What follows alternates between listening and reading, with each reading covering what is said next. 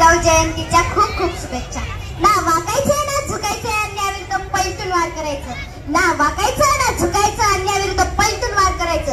सन्मानाने जगायचं आणि सन्मानानेच मरायचं, अशी शिकवण देणाऱ्या राजमाता राष्ट्रमाता जिजाऊ यांची आज जयंती।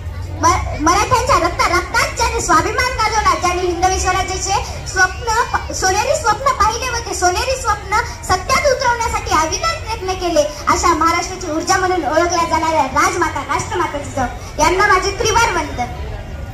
प्रत्येक मातेला आपल्या पुत्रमोहापेक्षा काहीच प्रिय नसते, पण मासाहेबांनी असा विचार न करता त्यांनी रयतेसाठी सुखाचे स्वराज्य निर्माण केले।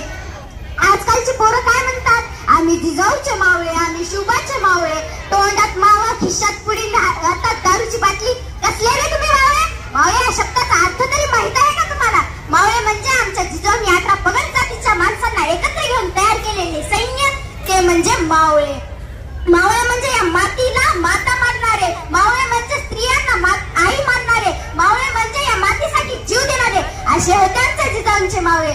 जिजाऊंनी शिवरायांवरच उत्तम संस्कार केले नाही, तर त्यांनी छत्रपती संभाजीराजे, ज्यांना आपण धर्मवीर म्हणतो, यांच्यावर देखील उत्तम संस्कार केले। शेवटी जाता जाता एवढेच म्हणते, एक विचार स्वराज्याचा आणि पेटल्या लाखो मशाली, एक विचार स्वराज्याचा आणि पेटल्या लाखो मशाली, अशा महाराष्ट्राची ऊर्जा म्हणून ओळखल्या जाणाऱ्या आमच्या जिजाऊंच्या माऊली, आमच्या जिजाऊंच्या माऊली। धन्यवाद। जय जिजाऊ, जय शिवराय।